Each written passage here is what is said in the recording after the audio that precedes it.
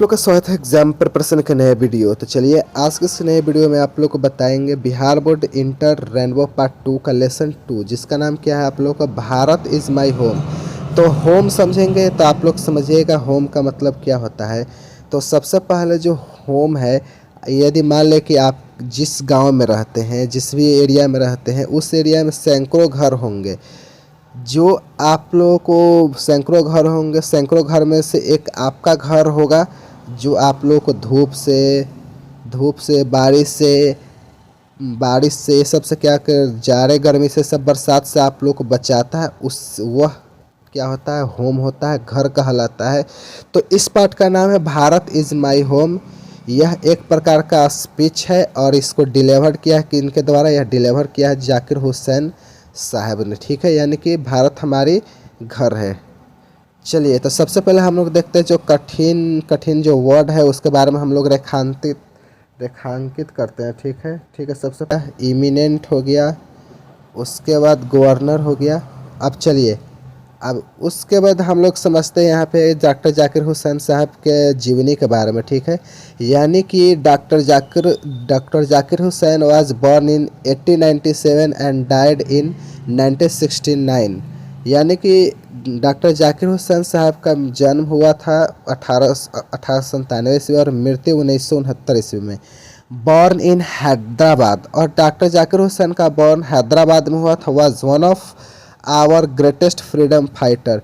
वे एक हमारे स्वतंत्रता सेनानियों में से एक थे। As well as an eminent educationist, और साथ ही साथ वे एक प्रतिष्ठित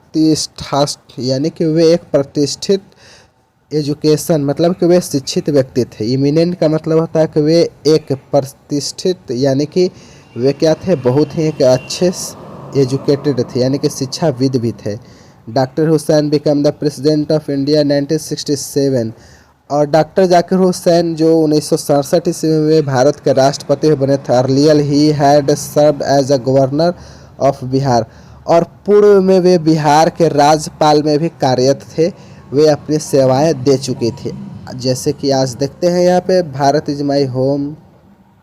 तो ये भारत का राष्ट्रपति कौन है, भारत का राष्ट्रपति है, और इससे बनने के पहले जो बिहार के राज्यपाल के रूप में सेवाएं दे चुके थे। ठीक उसी प्रकार डॉक्टर जाकिर हुसैन भी राष्ट्रपति बनने से पहले बिहार के गवर्नर रह चुके थे।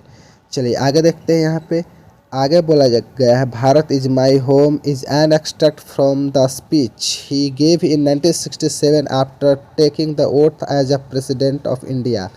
1967 में ये भारत के राष्ट्रपति के रूप में ओथ लिए थे, मतलब शपथ लिए थे। और शपथ लेने के बाद उन्होंने एक भाषण दिया। उस भाषण का नाम जो एक्सट्रैक्ट है, जो अंश है, भारत इज माई होम, ठीक है। तो दोस्तों ये याद रखिएगा, 1960 ईस्वी में भारत के तीसरे राष्ट्रपति के रूप में, पहले डॉक्टर राजेंद्र प्रसाद और दूसरे सर्वपल्ली राधाकृष्णन और तीसरे डॉक्टर जाकिर हुसैन। तो 1960 ईस्वी में उन्होंने वे राष्ट्रपति बने, और उन्होंने पहले ही बताया है कि 1969 में मृत्यु हो गई। ये प्रथम ऐसे राष्ट्रपति हुए जिनकी मृत्यु कार्यकाल में ही हो गई, अर्थात 67 में राष्ट्रपति बने और 69 में मृत्यु हो गई, और कार्यकाल के दौरान इनकी मृत्यु हो गई, ठीक है। तो चलिए यह जो भाषण पढ़ने जा रहे हैं, राष्ट्रपति बनने के शपथ ग्रहण करने के बाद इन्होंने जो भाषण दिया था उसी से यह लिया गया है, Bharat is my home. In his first speech the president of India doctor pledge himself to the serves of totality. वे कसम खाकर कहते हैं कि मैं सर्विस करूंगा, मैं सेवा करूंगा of the totality of the Indian culture, जो भारत के संस्कृति संपूर्णता का सेवा करूंगा, इसकी मैं कसम खाता हूँ।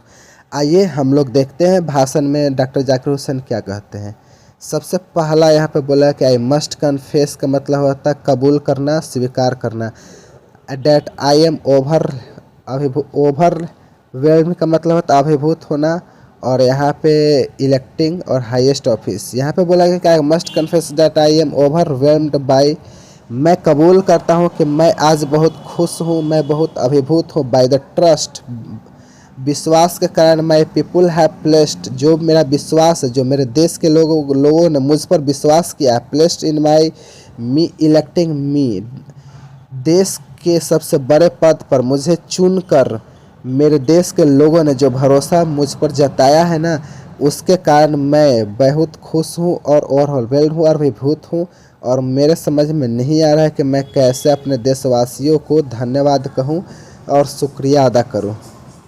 चलिए दूसरा में क्या बोलते हैं, डॉक्टर राधाकृष्णन द्वितीय राष्ट्रपति जो थे, भारत के द्वितीय राष्ट्रपति doctor Radhakrishnan brought to the presidency. जो प्रेसिडेंसी देख रहे हैं इसका मतलब होता है राष्ट्रपति होने की स्थिति या कार्यकाल, ठीक है। यानी कि मेंटल इक्विपमेंट राष्ट्र, यहाँ पे बोले कि डॉक्टर राधाकृष्णन साहब राष्ट्रपति के साथ साथ अब मेंटल इक्विपमेंट, एक मानसिक योग्यता लेकर, एक मानसिक क्षमता लेकर आ गए, एक मानसिक दक्षता लेकर आए।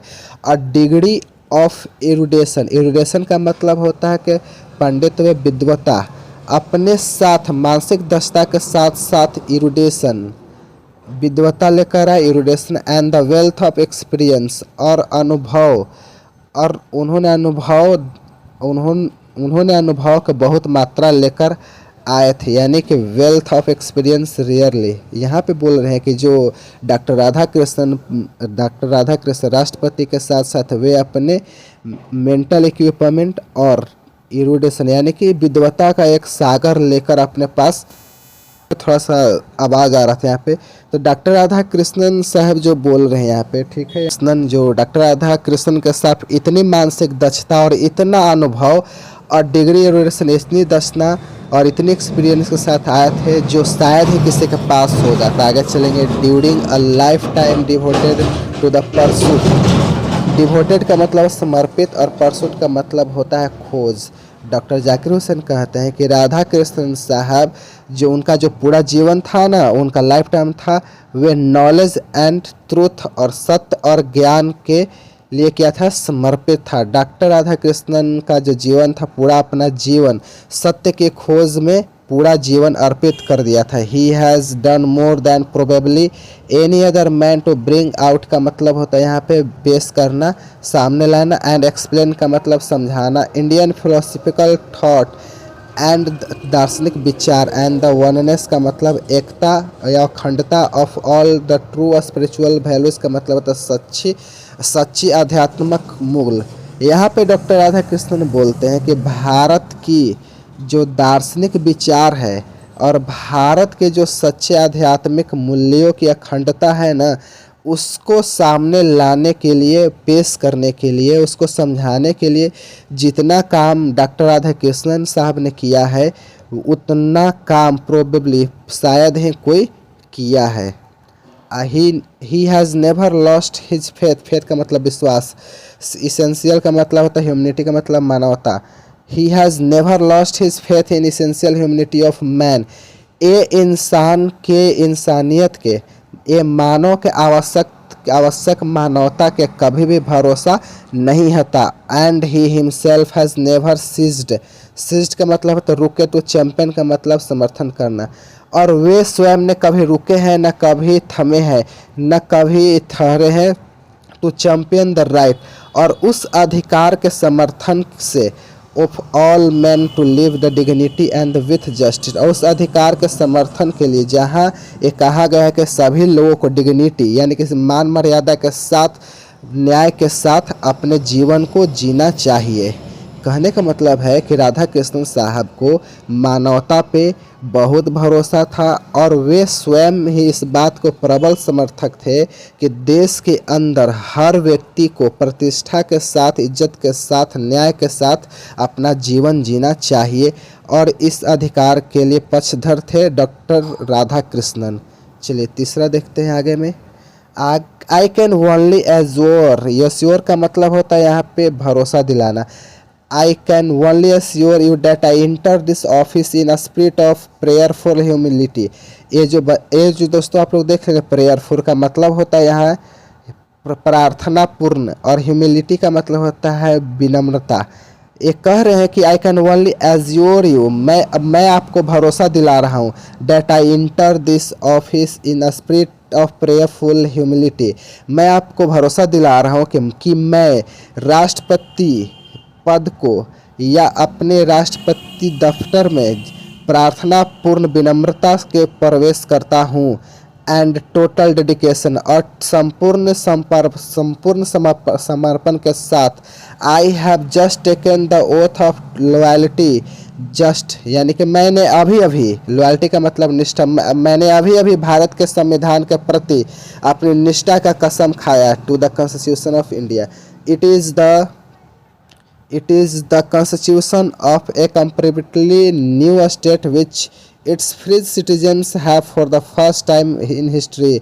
मतलब कि इतिहास में पहली बार ये कह रहे हैं कि फॉर द फर्स्ट टाइम यानी कि इतिहास में पहली बार गिवन टू देम सेल्फ यानी कि मैंने अपने आप को समर्पित किया है। बोलते हैं यहाँ पे कि it is the constitution of comparatively in the new यानी कंपेरेटिवली का मतलब होता है अपेक्षाकृत करना।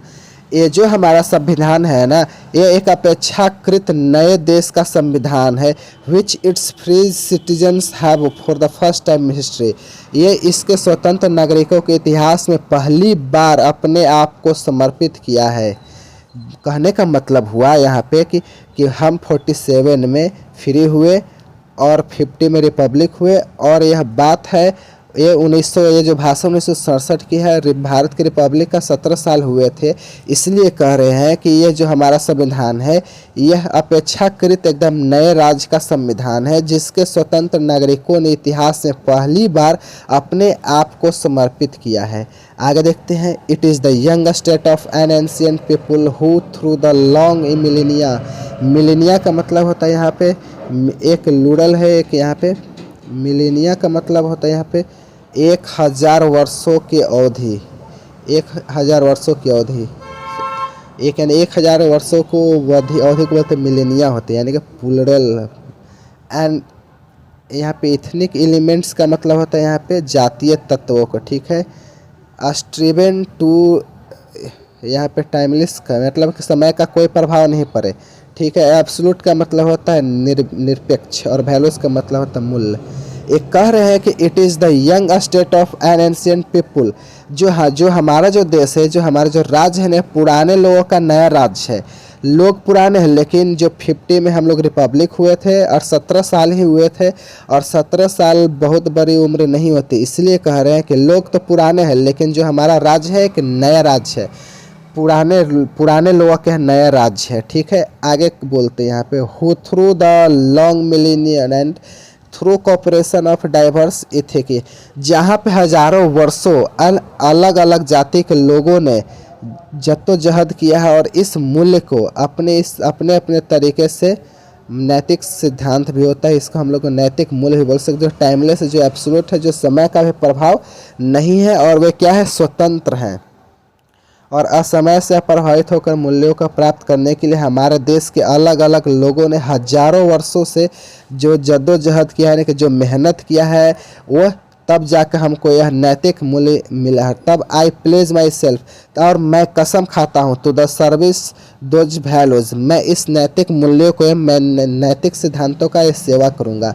फॉर दो सम कंक्रीट रियलाइजेशन ऑफ वैल्यू में बिकम मेडिकेट इनिक्वेट यहाँ पे सरकमस्टांस आप लोग देख रहे हैं ना यहाँ पे सरकमस्टांस का मतलब होता है हालांत और इनएडिक्वेट यानी कि इनएडिक्वेट का मतलब ना काफ़ी। एक कह रहे हैं कि यद्यपि सो कंक्रीट रियलाइजेशन यानी कि कभी कभी मूल्यों के प्राप्ति की जो साधन होती है ना with the change of circumstance हालात बदलने के साथ नाकाफ़ी हो सकती है but the value remains internally और जो हमारे जो नैतिक मूल्य है ना यह जो नैतिक सिद्धांत है ना रिमेन्स इंटरनली ये हमेशा के लिए वैलिड है मान्य है। यानी कि जो साधन ना काफ़ी हो सकता है लेकिन जो नैतिक मूल्य है ना ये हजारों वर्षों के जद्दोजहद के बाद यानी कि हजारों मेहनत के बाद मैंने हासिल किया है ये हमेशा के लिए वैलिड है हमेशा के लिए वैलिड है मान्य है। And the pressures of the newer और ये हमें प्रेरित करता है द फ्रेशर रेडिएशन यानी कि हम लोग को ताजे और कार्य सिद्धि का अनुभूति प्राप्ति होती है। आगे कभी यहाँ पे बोलते हैं the past is not dead and static बोलते हैं कि जो अतीत है कभी मरता नहीं है, जो मेरा स्टैटिक है यानी कि न मरा है न निष्क्रिय हुआ है। It is alive and dynamic, जो मेरा जो अतीत है यह आज भी जीवित है। एंड डायनेमिक का मतलब गतिशील है, और जो मेरा अतीत है आज भी जीवित है और आज भी गतिशील है। और and is involve in determining the quality of our present and the prospects of our future. और जो मेरा जो अतीत है ना, यह मेरा इन्वॉल्व है, यह डिटरमिनिंग और निर्धारित करने में the quality of our present. और जो मेरा अतीत जो है ना, वे हमारे वर्तमान की गुणवत्ता को निर्धारित करने के लिए, and the prospects of our future, और हमारे भविष्य में सफलता में संभावनाओं को निर्धारण करने में हम शामिल है। कहने का मतलब है जो हमारा जो अतीत है, जो न मरा है न ही निष्क्रिय हुआ, यह जीवंत है, यह गतिशील है, और यही हमारे वर्तमान के गुणवत्ता को और भविष्य की आशा में यह क्या है, इन्वॉल्व है। आशा में यह शामिल है, यह भविष्य में गुणवत्ता को बना रहा है और भविष्य, वर्तमान और भविष्य के मन में हमारे आशा का संचार कर रहा है। आगे देखते हैं 4 नंबर क्या बोल रहा है। The process of its constant renewal is needed. The process of growth of national culture and the national character. National culture मतलब राष्ट्रीय संस्कृति, national character मतलब राष्ट्रीय चाल चलन, राष्ट्रीय विशिष्ट गुण। यानी कि प्रोसेस का मतलब होता है प्रक्रिया होता है, कांस्टेंट का मतलब लगातार, और रिन्यूअल का मतलब होता है कि नया, नवीकरण करना। ये कह रहे हैं कि the process of its constant renewal, यानी कि उन मूल्यों को, जिन मूल्यों को हजारों वर्षों से जद्दोजहद यानी कि हजारों मेहनत के बाद प्राप्त किया है, उसका कांस्टेंट रिन्यूअल यानी कि उसमें लगातार नवीकरण की जो प्रक्रिया है ना, यह प्रक्रिया ही in the needed process of growth and national character. और यही प्रक्रिया राष्ट्रीय संस्कृति और राष्ट्रीय चाल चलन, वही प्रक्रिया है जो प्रक्रिया मूल्यों की नवीकरण की है। मतलब यहाँ पे हुआ कि जो यहाँ पे आप लोग को, it is the business of education as I see it to minister to this constant renewal. Minister का मतलब होता है मंत्री, समझते हैं। यहाँ पे मिनिस्टर का मतलब होता है देख रेख करना, प्रबंध करना। ये कह रहे हैं कि जो मूल्यों का जो परिवर्तन हो रहा है, जो राष्ट्रीय संस्कृति में परिवर्तन हो रहा है, जो राष्ट्रीय चाल चलन में परिवर्तन हो रहा है, it is the business of education, यह शिक्षा का काम है।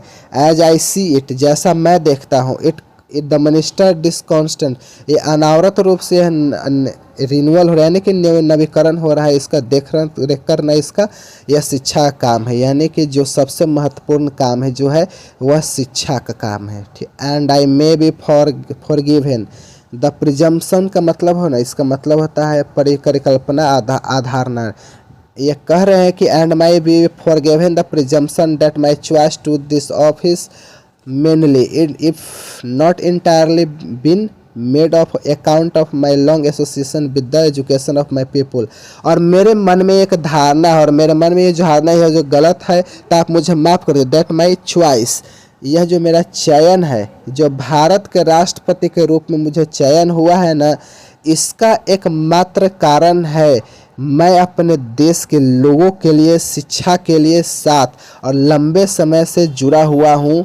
और इसी कारण मैं भारत के आज राष्ट्रपति हूँ। और यह स्वीकार करते डॉक्टर जाकिर हुसैन। और दोस्तों, और आप लोग भी कान खोल कर सुन लीजिए, यदि आप लोग भी अपने जीवन में कुछ प्राप्त करना है तो प्राप्त करने का एकमात्र साधन क्या है, वह आपकी शिक्षा। उसी शिक्षा के बल पर डॉक्टर जाकिर हुसैन 1967 ईस्वी में भारत के तीसरे राष्ट्रपति बने। आगे सुनिए क्या बोलते हैं यहाँ पे। I maintain that education is a prime instrument of national purpose and that quality of education is inescapably involved in the quality of the nation। एक कह रहे हैं कि मेरा मानना है कि I maintain that education is a prime instrument, यानी कि प्रमुख, यानी कि जो साधन होता है। ये कह रहे हैं कि जो मेरा मानना है कि शिक्षा ही एक मुख्य साधन है जिसके आधार पर राष्ट्रीय उद्देश्यों के प्राप्ति की जा सकती है। And that quality of education are inescapably involve in the quality of the nation. एक कह रहे हैं कि शिक्षा का ही एक जितना स्तर ऊंचा होगा और समाज का स्तर भी उतना ही ऊंचा होगा। मतलब कि शिक्षा की गुणवत्ता ही और हमारे देश की गुणवत्ता एक दूसरे से क्या है, इस प्रकार से जुड़ी हुई है कि इनको अलग नहीं किया जा सकता है।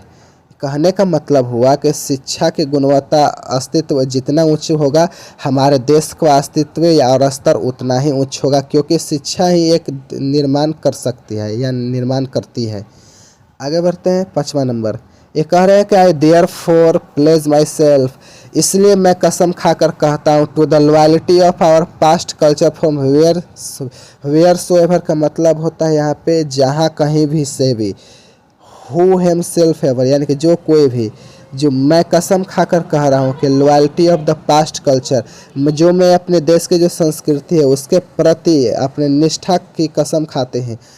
Where and so ever it may have been contributed, जो कहीं से भी हो, जो by whom so ever contributed, जिन लोगों ने भी इसका निर्माण किया है, जहाँ कहीं से भी आया उससे मुझे कोई वास्ता नहीं है। मैं इसके प्रति अपनी निष्ठा की कसम खाता हूँ कि मैं अक्षुण्ण रखूँगा एकदम। I pledge myself to the service of the totality of my country's culture, और मैं अपने देश की संपूर्णता और संस्कृति का रक्षा करूँगा और इसके लिए मैं सदैव काम करूँगा, इसकी मैं कसम खाता हूँ।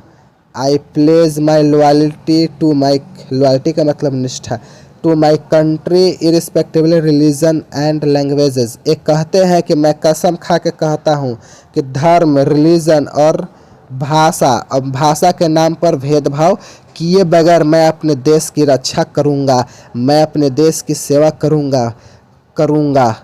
I pledge myself to work for its strength, ये कहते हैं कि मैं कसम खाता हूँ कि मैं अपने काम करूँगा फॉर इट्स स्ट्रेंथ, अपने देश की ताकत के लिए, एंड प्रोग्रेस, अपने समृद्धि के लिए, एंड विकास के लिए, एंड समृद्धि के लिए और एंड वेलफेयर के लिए। मैं कसम खाता हूँ कि मैं अपने भारत देश के लिए, ताकत के लिए, प्रोग्रेस विकास के लिए, and welfare of the people, और इसके लोगों के भलाई के लिए, इसके कल्याण के लिए दिन रात मेहनत करूँगा।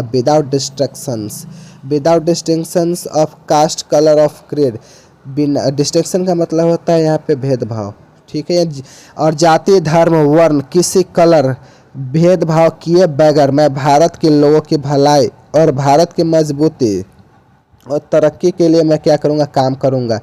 The whole of Bharat is my home, जो संपूर्ण जो भारत जो है वह क्या है, जो संपूर्ण भारत क्या है, मेरा घर है। And its people are my family, और जो ये कह रहे हैं कि संपूर्ण भारत मेरा घर है, and its people are my family, और इसके लोग मेरे अपने परिवार के सदस्य हैं। The people have chosen to me the head of this family for the certain time, और इस देश के लोगों ने मुझे, परिवार के लोगों ने इस परिवार के मुखिया के रूप में इन लोगों ने चुना है, इन निश्चित समय के लिए चुने हैं।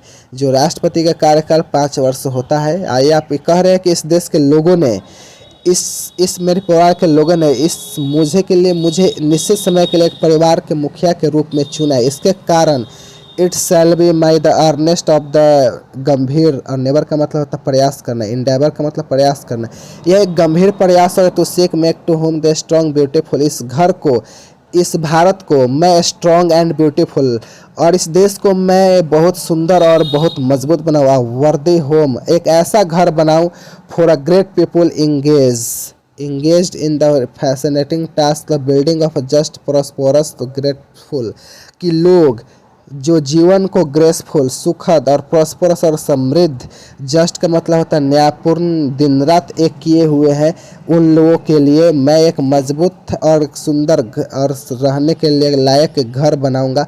भारत को एक मजबूत बनाऊंगा, मैं भारत को एक सुंदर बनाऊंगा, मैं भारत को एक रहने के लायक घर के रूप में बनाऊं, ताकि सभी लोग जीवन के खुशहाल करने के लिए, न्यायपूर्ण बनाने के लिए, समृद्ध बनाने में लगे हुए हैं, वह यहाँ पर सर को उठाकर रह सके।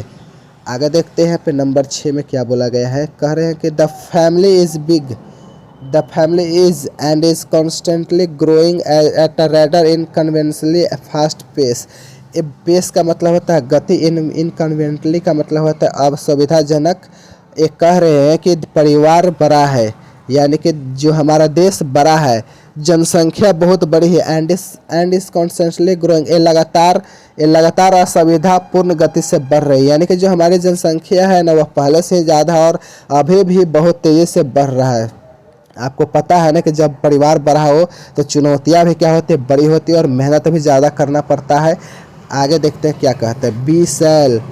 We shall each one of us we have participate unsparingly in building a new life each इन वे। ये कह रहे हैं कि परिवार बड़ा है, यह भी सुविधापूर्ण गति से बढ़ रहा है, इसलिए वी सेल इस हम में से सभी लोगों को प्रत्येक को हैव टू पार्टिसिपेट अनस्परिंगली अचूक रूप से हम लोग को शामिल होना होगा इन building in its new life. जो हमारे देश का हर एक नागरिक, चाहे वो जैसा हो चाहे जहाँ हो, सभी लोग को अचूक रूप से नए जीवन के निर्माण के लिए काम करना होगा, क्योंकि परिवार बड़ा है और अभी भी इसकी संख्या बढ़ रही है। हर लोगों को, हर व्यक्ति को, चाहे जहाँ हो चाहे जैसे हो, जो कर सके वो करे, जिससे कि हमें नए जीवन का निर्माण कर सके। आगे देखते हैं। For share size the task ahead to us. Share का मतलब होता है कारण। Are so demanding that one can afford sit back just watch. ये कह रहे हैं कि जो हमारे जो सामान्य जो टास्क है, जो चुनौती है ना, वह बहुत बड़ी है। एंड सो डिमांडिंग, और इतनी चुनौतीपूर्ण है कि that no one can afford to sit back.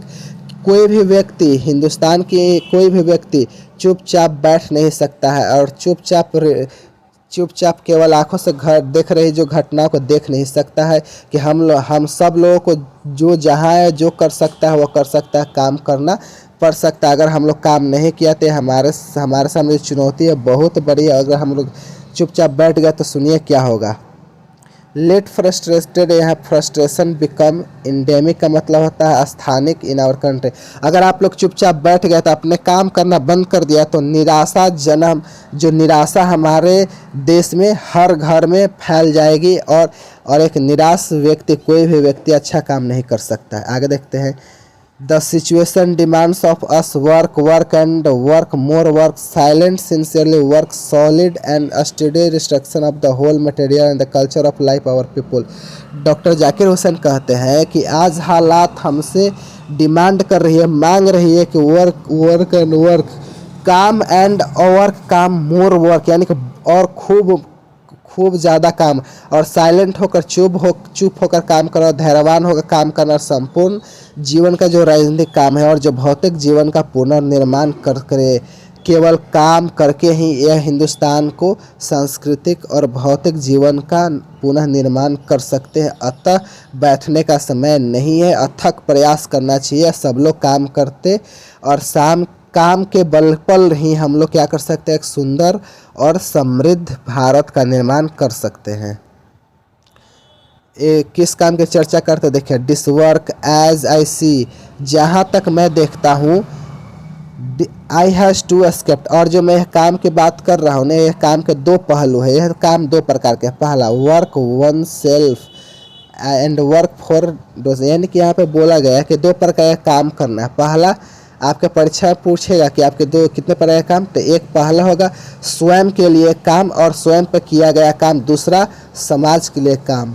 आप भी ऐसे ही करते हैं, और आप भी कुछ काम ऐसे भी करते हैं कि एक अपने लिए करते हैं और समाज की खुशहाली के लिए दूसरा काम करते हैं। आगे देखते हैं। They are mutually fruitful aspects of work. Mutually का मतलब होता है पारस्परिक रूप से, फ्रूटफुल का मतलब होता है लाभदायक के लिए।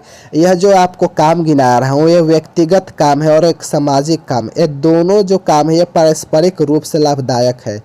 और मैं आप लोग को समझा रहा हूँ व्यक्तिगत काम क्या है। The work one self it is to follow the urge towards moral development as a free person and under self imposed discipline. बच्चों, यहाँ पे आप लोग को बोला गया सेल्फ इम्पोज का मतलब होता है स्व अनुशासन, और फ्री पर्सन का मतलब स्वतंत्र व्यक्ति। मोरल डेवलपमेंट का हुआ यहाँ पे नेचुरल, यानी कि नैतिक विषय। अर्थात यहाँ पे कि व्यक्तिगत काम का मतलब हुआ कि स्व अनुशासन में रहते हुए एक स्वतंत्र व्यक्ति के रूप में नैतिक विकास। यानी कि अगर व्यक्तिगत काम करना है तो अब सबसे पहले आपको स्वतंत्र, यानी कि स्व अनुशासन में बांधकर एक स्वतंत्र रूप में, व्यक्ति के रूप में नैतिकता का विकास करे। ये हुआ आपका व्यक्तिगत काम, which alone can render the development possible. और इसी से, और मैं जिस विकास का काम कर रहा हूँ, जिस नैतिक विकास का काम बोल रहा हूँ, वह क्या यह संभव हो पाएगा जब हिंदुस्तान के सभी लोग किसी के कहने पर नहीं, किसी के डर से नहीं, किसी के भय से नहीं, स्वयं अर्थात यानी कि स्व अनुशासन में एक स्वतंत्र नागरिक के रूप में अपनी नैतिकता के विकास के लिए काम करे। ये हुआ आपका व्यक्तिगत काम। वी कैन नेग्लेक्ट इट्स यहाँ पे आप लोग को यहाँ पे बोला गया है कि पर्ल, और प्रोडक्ट का मतलब है अंतिम परिणाम, यानी कि वर्क का अंतिम वर्क। यह जो व्यक्तिगत काम है जो ना, इसका जो अंतिम रिजल्ट होगा वह होगा एक स्वतंत्र नैतिक व्यक्तित्व, जो अगर स्वतंत्र नैतिक प्राप्त कर ले तो फिर आपको ना कोई दिक्कत होगी, ना आपके देश के विकास में रोड़ा बनेगा, ना बाधा बनेगा। एक कह रहे हैं कि we can neglect and product only our पर लिए। यह जो एंड प्रोडक्ट है, यह जो स्वतंत्र नैतिक व्यक्तित्व है, यदि आप अनदेखी करते हैं तो ये अपने आप को खतरे में कर सकते हो। यदि आपने नैतिकता का त्याग किया तो मतलब हुआ कि आपने अपने लिए खतरे को न्योता दिया। आगे देखिए क्या बोल रहे हैं, this and product can not sustain itself without seeking and exercising itself bring about the, आगे बढ़ते, about the approximation of the society to which it privilege to serve the better, a juster and the more graceful way of life. ये कह रहे हैं कि जब आपका स्वतंत्र नैतिकता विकास होगा तब आप समाज को बेटर यानी कि अच्छा यानी कि बेहतर बनाने में, जस्टर का मतलब न्यायपूर्ण बनाने में, एक ज़्यादा सुखद जीव बनाने में, या एक समाज का सहयोग करेंगे। The individual cannot grow in full perfection without a corresponding advance of the collective social existence। यहाँ पे दोस्तों corresponding का मतलब होता है कि समान, और perfection का मतलब होता है पूर्णता और संपूर्णता। एक कह रहे हैं कि individual का मतलब व्यक्ति, एक कह रहे हैं कि individual cannot grow in full perfection। एक व्यक्ति का संपूर्ण विकास नहीं हो सकता है विदाउट अ corresponding advance, जब तक समाज का सामूहिक रूप से विकास नहीं हो पाए, तब तक यह व्यक्ति का संपूर्ण विकास नहीं हो सकता। मतलब कि एक व्यक्ति तब तक संपूर्णता प्राप्ति नहीं कर सकता है जब तक उसके समाज के सभी लोग संपूर्णता का प्राप्ति नहीं कर ले। अर्थात हमें व्यक्तिगत कार्य के साथ साथ समाज के सामाजिक कार्यों को भी समान अहमियत देते हुए करना चाहिए या करना पड़ेगा, तभी समाज का भी विकास होगा, तभी व्यक्तिगत का भी विकास होगा। Let us resolve to grow, resolve का मतलब होता है यहाँ पे सोल्व करना, यानी कि दृढ़ निश्चय करना। आइए निश्चय कर ले, to get wholeheartedly up, और अपने आप को पूरे दिल से झोंक ले, engaged in those who escapes to of work. आइए हम इन दो प्रकार के कार्यों में अपने आप को तन मन से धन से झोंक देते हैं। दो प्रकार के कार्य हैं, इंडिविजुअल एंड सोशल वर्क, व्यक्तिगत और सामाजिक का। कहने का मतलब है कि एक व्यक्तिगत कार्य का हुआ कि स्व अनुशासन में रहते हुए स्वतंत्र नागरिक व्यक्ति के रूप में नैतिकता कार्य का विकास करें, और फिर हम अब समाज के पूर्णता और संपूर्णता के लिए काम करें, क्योंकि यही जो दो प्रकार के काम है ना, वह हमारे देश के एक सुखद, एक मजबूत और एक बेहतर जीवन का निर्माण कर सकता है। 8 नंबर देखेंगे, this dual effort. Double voter का मतलब होता है दोहरा प्रयास।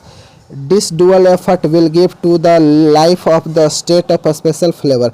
ये जो फ्लेवर का मतलब हुआ ना, यानी कि आपको स्वाद, ये जो यानी कि बोल सकते हैं कई गो अर्थ होता है, विशेष रूप से गुण भी होता है। ठीक है, ये कह रहे हैं कि डिस डुअल एफर्ट यानी कि दोहरा प्रयास, एक व्यक्तिगत कार्य और दूसरा सामाजिक कार्य जब हम लोग करेंगे ना, तब हमारे देश को, हमारे मूल्य को, हमारे राज्य को स्पेशल फेवर, एक विशेष रूप से पहचान मिलेगी, जिससे हम मुझे क्या, हमारे देश को एक भौतिक पहचान मिलेगी या विशिष्टता पहचान प्राप्ति होगी, यानी कि विशेषता का पहचान हो। क्यों होगी समझिएगा।